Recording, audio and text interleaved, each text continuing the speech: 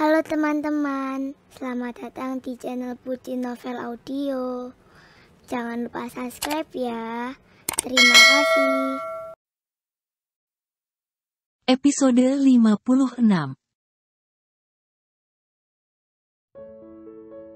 Rae.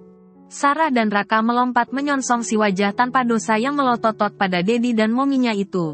Lalu seperti diaba. Wah. Rae menangis keras. Bukan karena terluka tapi karena terkejut dengan teriakan momi dan dadinya yang khawatir terjadi apa padanya. Astaga. Sayang.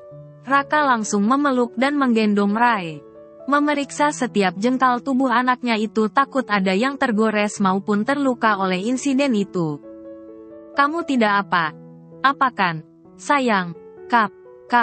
Anak Dedi. Raka menenangkan Rae. Sementara Sarah menghela nafas lega sambil membersihkan pecahan pot keramik itu. Tuh, kan, gara dadimu yang genit itu, sampai lupa memperhatikanmu. Coba tadi kalau terjadi apa? Sarah mengomel dengan wajah memerah. Sedikit malu dengan dirinya sendiri yang lupa diri ada anak kecil. Apalagi Rae sedang aktifnya.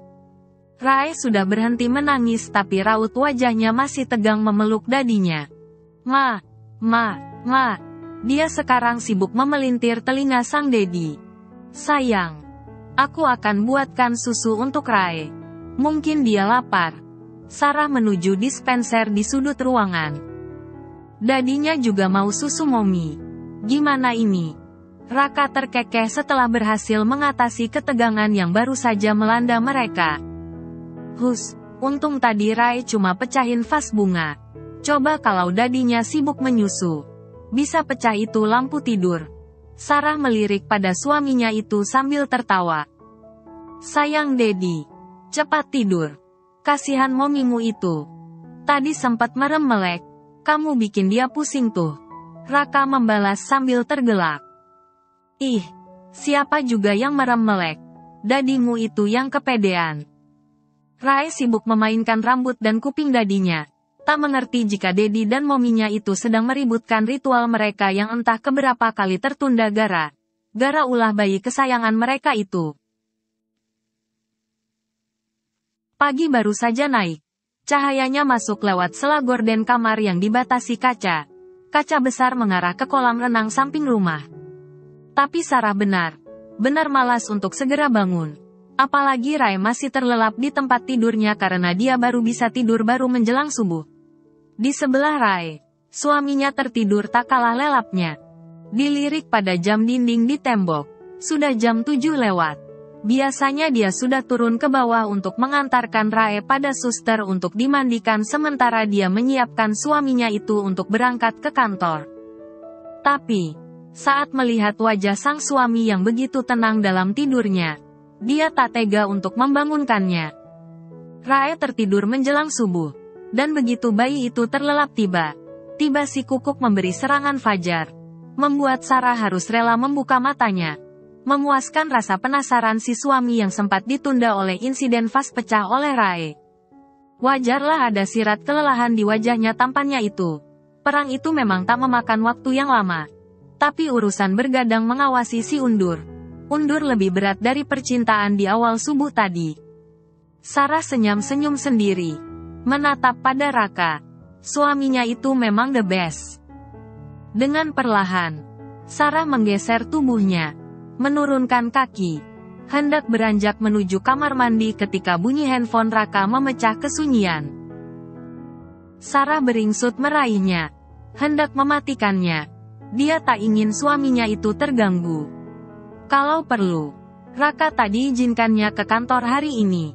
Biar dia istirahat di rumah saja. Handphone Raka berbunyi tak berhenti. Mata Sarah tertuju pada nama kontak yang memanggil. Rian asisten. Sarah mengernyit dahi. Matanya mengarah ke jam dinding. Memastikan hari masih terlalu pagi untuk urusan kantor. Semula dia hendak mematikannya. Tapi urung. Karena itu hanya asisten Raka. Dia merasa tak apa untuk menyambutnya. Meski sebenarnya dia tidak pernah menyambut telepon orang untuk suaminya selama ini. Halo, Pak, Halo Bu Sarah. Pak Rakanya ada. Rian terdengar menyambut dengan tergagap. Bapak masih tidur. Ada apa? Yan, Sarah balik bertanya dengan volume suara yang rendah. Itu Bu. Anu. Itu Anu. Apa? Kamu kenapa? Kantor Ibu. Kantor Ibu apanya? Ada perempuan yang mengaku CEO baru perwakilan Bu Mita. Dia sekarang berada di depan ruangan Ibu. CEO baru? Siapa? Sarah mengerutkan kening. Rasanya tidak ada rapat dewan terbaru mengenai perubahan atau penambahan staf pelaksana atau pejabat apapun di perusahaan mereka sejak 2 bulan dia memegang jabatan sebagai salah satu komisaris pemegang saham. Saya tidak kenal, Bu. Tapi Mbak itu meminta saya membukakan kantor Ibu. Katanya ruangan Ibu itu miliknya sekarang. Hah? Saya cuma mau meminta Pak Raka datang. Karena dia mengancam akan menyuruh OB mendobrak ruangan Ibu. Siapa yang kurang ajar begitu? Tanya Sarah dengan suara meninggi. Membuat Raka terbangun dan membuka mata. Meskipun Sarah tidak pernah benar menempati ruangan yang diwariskan papa angkatnya itu padanya, tapi dia menyimpan banyak dokumen lenting di sana. Ada apa? Sayang. Raka meletakkan punggung tangannya di atas dahinya sambil menatap istrinya itu dengan heran mendapati reaksi Sarah sambil masih menerima panggilan menggunakan handphonenya. Matanya terpicing karena berusaha beradaptasi dengan cahaya yang menimpa korneanya. Jangan ada yang membuka ruangan itu sampai aku datang. Wajah Sarah memerah sambil menutup telepon. Ada apa? Raka sekarang duduk menatap sang istri dengan penasaran. Siap sayang. Kita harus segera ke kantor. Sarah menyerahkan handphone Raka dan melompat dari tempat tidur diikuti tatapan bingung Raka. Sepertinya istrinya itu sedang menahan murka. Begitu keluar dari mobil Sarah langsung berjalan dengan langkah yang panjang. Sarah mengenakan blazer warna putih bersih dengan les hitam. Rok span selutut yang tampak serasi memegang sebuah tas di tangan. Sepatu pantofel high heels yang dikenakannya berwarna hitam pekat, membuat tubuhnya terlihat menjulang. Wajahnya yang dingin tampak hampir tanpa ekspresi, sementara matanya lurus menatap ke depan. Langkah itu sama sekali tidak menyurut apalagi berhenti saat dia memasuki lobi kantor yang membuka otomatis karena kaca itu mempunyai sensor tubuh. Sementara suaminya yang tampan berjalan gagah di sampingnya. Dengan jas abu malam dan kacamata hitam yang melekat di atas tulang hidungnya yang mancung. 2 orang itu berjalan, disambut oleh para pegawai yang langsung membungkukkan badannya dengan penuh hormat. Selamat pagi, Pak. Selamat datang, Bu. Ucapan sambutan itu hampir di sepanjang jalan mereka. Raka hanya tersenyum kecil, membalasnya. Sarah sendiri tampak begitu fokus dengan langkahnya. Semua orang tak bisa mengungkapkan dengan kata pemandangan menatap sepasang suami istri petinggi perusahaan ini yang terlihat maskulin dan elegan serta anggun dalam waktu bersamaan. Pandangan iri mengikuti. Bagaimana tidak mereka nampak begitu serasi dalam segala hal. Rian menyongsong mereka bersama beberapa orang staf yang tampaknya sedikit bingung dari parasnya. Dia di mana? Tanya Raka. Di depan ruangan komisaris ruangan Bu Sarah. Jawab Rian dengan sedikit gugup. Dia hampir tak berani melirik pada nyonya bosnya yang air mukanya tampak begitu kaku itu. Dia segera membuka lift dan mempersilahkan 2 orang itu masuk serta mengikutinya. Sayang, apa yang akan kamu lakukan? Tanya Raka pada Sarah yang air mukanya hampir tak beriak. Raka sendiri tak bisa menyelami apa yang ada di pikiran istrinya itu.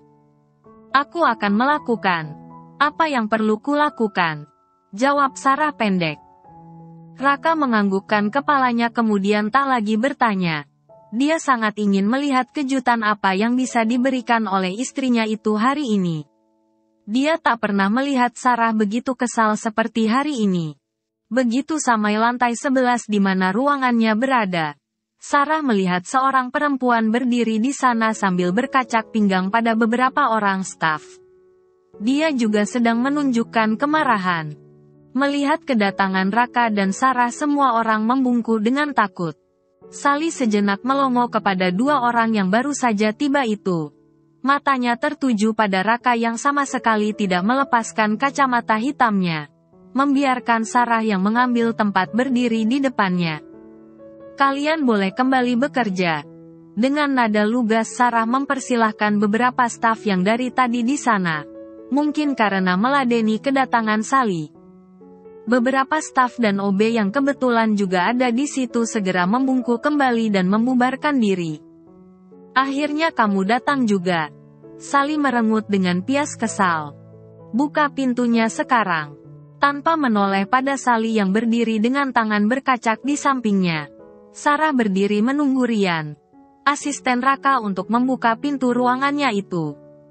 Sally membeliak tak percaya atas sikap acuh Sarah yang berlaku seolah menganggap dirinya tak kasat mata. Dengan tergopoh Ryan membuka pintu ruangan komisaris besar itu. Ketika pintu itu terbuka, Sarah menoleh kepada Raka dan tersenyum. Sayang, terima kasih sudah mengantarku. Kalau kamu banyak urusan, silahkan kembali ke ruanganmu. Dengan sedikit berjingkit dia memeluk Raka tepat di depan hidung Sally. Tangannya naik melingkar di leher suaminya. Bibirnya yang merah menempel di bibir Raka dalam beberapa kejap. Mulut Sally terbuka dua jari. Begitu tak percaya dengan adegan yang sedang dipertontonkan oleh Sarah di hadapannya itu. Sementara Ryan dengan pias merah menundukkan wajah. Pura tak melihat apa yang dilakukan oleh nyonya bosnya itu. Jiwa jomblonya meronta. Raka tak berkedip menatap Sarah. Tapi tak urung tangannya memegang pinggang ramping sang istri. Sayang. Dia menatap Sarah dengan ragu. Nanti aku akan ke ruanganmu. Sayang. Setelah membereskan urusan dengan tamuku ini. Tidak baik membiarkannya berdiri terlalu lama seperti gembel di depan pintu. Ucapan itu terdengar santai. Ketika dia melepaskan ciumannya yang terlihat posesif meski berlangsung hanya beberapa detik itu.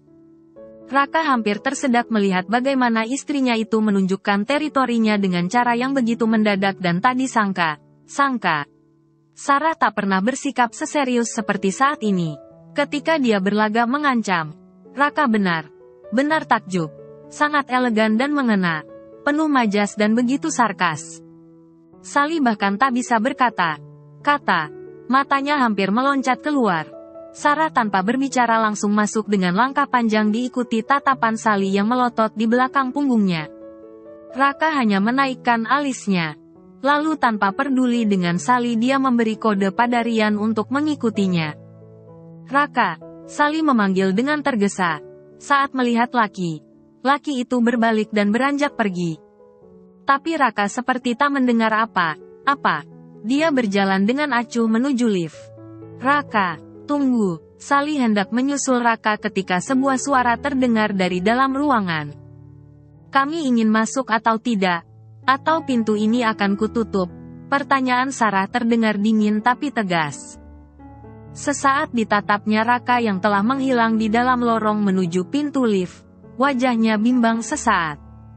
Dia merasa Sarah dan Raka seperti bersengkongkol untuk mempermalukan dirinya.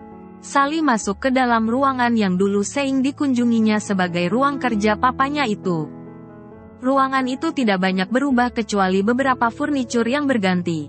Tetapi warna dan suasananya yang didominasi dengan warna krem dan coklat muda itu adalah khas dari ruangan papanya. Warna kalem tetapi berkesan mewah. Sarah duduk di kursi kerjanya di belakang meja coklat kayu pekat itu dengan bersilang kaki. Kedua tangannya bersilang di depan dada. Menatap tajam kepada Sally. Hampir tak berkedip. Ada apa? Apa yang membuatmu berdiri sepanjang pagi di depan ruanganku? Tanya Sarah sambil menaikkan alisnya yang cantik itu. Suaranya begitu ringan. Seolah tanpa beban. Ruanganmu. Sally meradang mendengar pertanyaan yang lebih kepada pernyataan kepemilikan itu. Biasanya yang ingin berbicara kepadaku harus duduk dengan sopan di kursi itu. Jika tidak, maka mungkin security akan mengeluarkannya dengan terpaksa. Sarah menunjukkan salah satu dari sepasang kursi sofa yang berada tepat di seberang mejanya. Wajahnya sama sekali tanpa ekspresi menanggapi kegusaran Sally. Sarah, jangan bersikap kurang ajar pada. Duduk. Sekarang suara Sarah meninggi. Menyela ucapan Sally. Satu kata itu diucapkan dengan nada perintah sedemikian rupa. Sally menganga di tempatnya berdiri. Melotot dengan biji mata sebesar kelereng. Jika kamu duduk dan berbicara, aku akan mendengarkanmu, tapi jika kamu berdiri dengan sikap tuan di tempat sekarang kamu adalah tamu, maka aku tak segan mengusirmu. Sarah menyandarkan punggungnya di kursi komisaris yang kini didudukinya. Kamu. Wajah Sally merah padam. Tak ada yang tak tahu jika aku sekarang adalah komisaris di sini. Bahkan jika kamu memanggil mama sekalipun, maka kami berdua berada di posisi yang setara dalam perusahaan ini.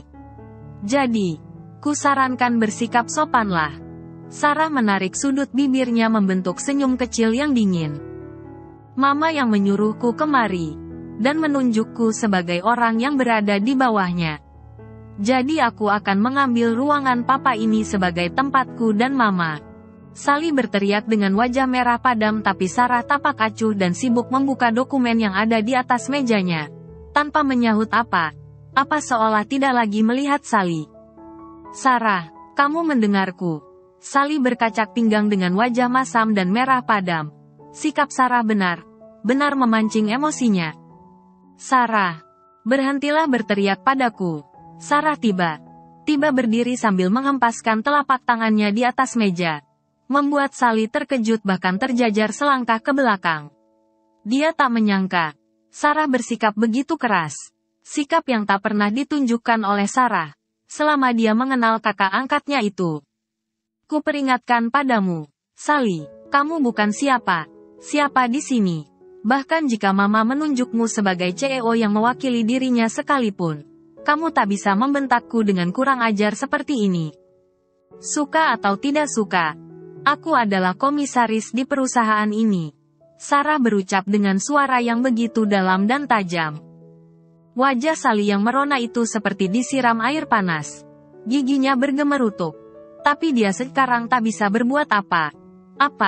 Jika dia membuat ulah dengan menyerang Sarah, maka dia akan dilemparkan dari tempat yang sudah idamkannya untuk menjadi jalan baginya kembali kepada mantan tunangannya itu. Jika kamu tidak duduk dan berbicara baik, maka keluarlah. Karena aku tak akan mendengarkanmu. Sepatah kata pun meski lidahmu keluar. Kamu faham? Sarah duduk kembali dan menyilangkan kakinya. Sementara punggungnya disandarkannya kembali sambil menarik nafas sesaat. Matanya tak lepas dari Sally yang kini hanya mengatupkan giginya. Lalu dengan kesal, Sally duduk di kursi sofa di seberang meja Sarah.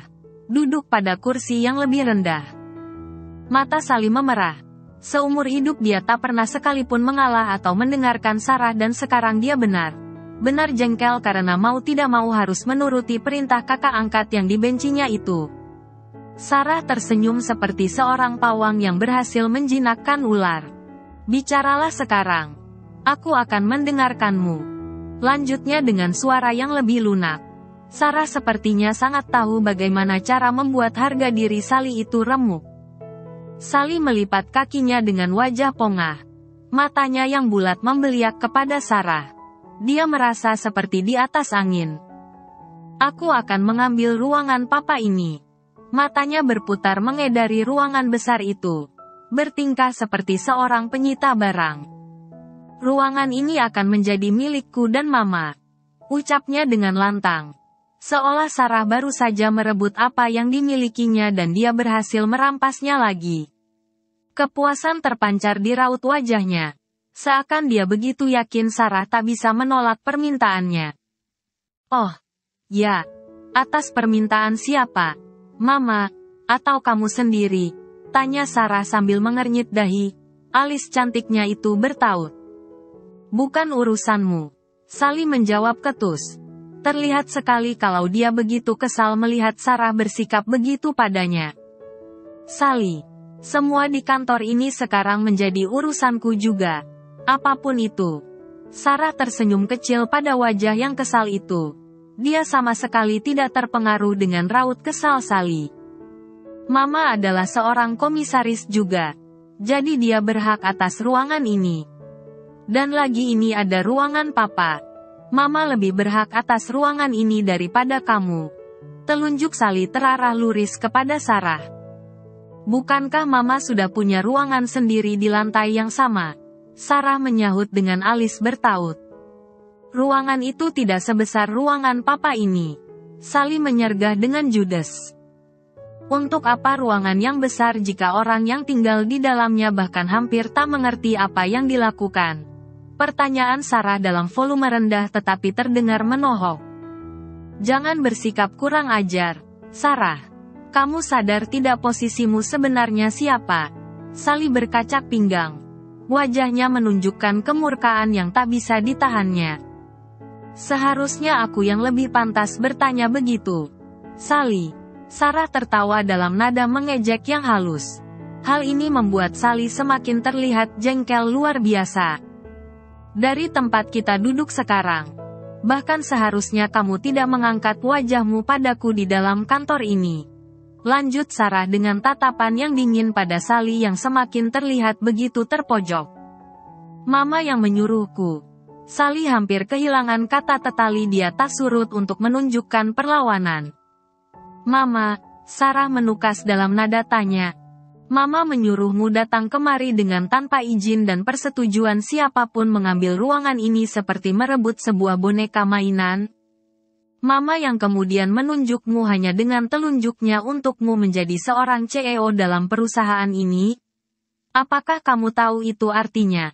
Sarah menaikkan alisnya dengan kepala yang mencorong ke depan. Sally tak berkedip menatap kepada Sarah. Tampak semakin gusar dengan sikap kakaknya itu. Itu berarti Mama masih tidak mengerti etika dan prosedur.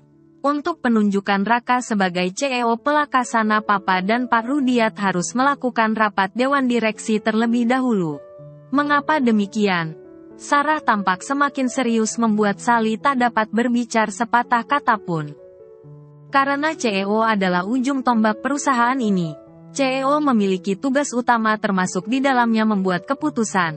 Keputusan besar terkait perusahaan.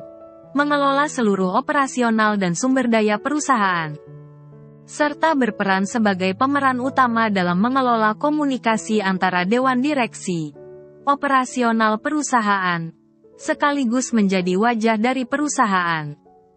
Jika orang yang tidak berkompetensi menjalankannya, maka perusahaan ini akan hancur, ucap Sarah dengan panjang dan lebar. Kedua tangannya sekarang di atas meja menunjukkan betapa seriusnya dia. Bahkan, pemegang saham yang tidak pandai sekalipun jika mempunyai CEO yang bisa diandalkan akan membuat perusahaan itu terjamin dengan baik. Saat menunjukkanmu menjadi CEO, apakah Mama pernah mempertimbangkan hal itu? Kalimat panjang yang diakhiri dalam intonasi bertanya yang dalam itu seperti begitu menekan dan mempertanyakan kemampuan Sally. Sally yang semula diam, kini kembali meradang. Dia merasa begitu diremehkan oleh Sarah sekarang. Mama adalah komisaris di perusahaan ini. Dia berhak menunjukkan seseorang yang mewakili dia dalam perusahaan ini. Sally kini berdiri. Dia merasa begitu tidak leluasa hanya duduk dan melotot pada Sarah dari tempat yang rendah. Mama mungkin adalah komisaris tapi jangan lupa ada dua komisaris yang lain mempunyai tempat yang sama dengannya, bahkan Pak Rudiat sekarang adalah pemegang saham tertinggi. Aku atau Mama sekalipun tidak bisa membuat keputusan tanpa melewati beliau. Sally sekarang seperti kehilangan kata untuk berdebat dalam hal berargumen. Sarah jauh di atasnya. Baiklah. Sarah berdiri dengan santainya. Badannya yang ramping itu tampak berlenggang acuh tak acuh. Aku sudah bisa menyimpulkan bahwa kamu menginginkan dua hal hari ini. Yang pertama, kamu ingin ruangan ini, dan yang kedua kamu menginginkan jabatan sebagai CEO. Sarah menyeringai pada Sally. Untuk menjadi seorang CEO, kamu harus memiliki kompetensi yang tinggi, sehingga kamu pantas untuk diandalkan. Karena perusahaan ini bukan arena permainan yang bisa kamu duduki dengan sesukamu. Banyak orang yang hidup dengan bergantung pada usaha ini. Sarah tak memberi kesempatan untuk Sally berkata, atau mungkin Sally bahkan tak punya kata untuk membuatnya menjadi terlihat lebih pintar di depan Sarah. Untuk permohonan Mama ini akan disampaikan nanti secara resmi di rapat Dewan Direksi berikut. Mama boleh ajukan kamu di forum. Dan, tentunya kamu harus mempresentasikan skill, kemampuan dan kompetensimu di bidang usaha ini di depan Dewan. Demi posisi itu, kamu harus memenangkan 2 suara dari 3 komisaris utama. Yang tentunya kamu tahu siapa orangnya. Sarah mengedipkan matanya. Sally tercengang pada Sarah. Jika ini adalah permainan catur maka dia sedang menerima skakmat dari lawannya. Sungguh, Sally sekarang benar bukan apa jika dibandingkan Sarah. Bahkan andai itu hanya bersilat lidah sekalipun, dia akan terlihat bodoh di depan Sarah. Dan, untuk permintaanmu yang kedua, Sarah menghela nafasnya sesaat. Menatap Sally dengan sikapnya tenang dan tanpa beban. Soal ruangan ini, lanjut Sarah lagi. Jika keinginan Mama memang ingin memiliki ruangan ini, aku tidak akan menahannya. Karena aku pun tak menginginkan sebuah tempat yang aku sendiri merasa tak nyaman di dalamnya. Tapi tentu saja untuk mendapatkannya sebagai hadiah dariku, aku menyumbangkannya dengan sukarela. Sarah melenggang ke depan dan berdiri di depan Sally dengan sikap elegan. Wajah Sally benar semerah udang goreng. Mendengar dengan entengnya Sarah mengucapkan bahwa dia memberikan ruangan ini sebagai hadiah padanya. Sebuah kalimat yang membuat Sally sampai merinding mendengarnya. Bersambung dulu ya teman-teman.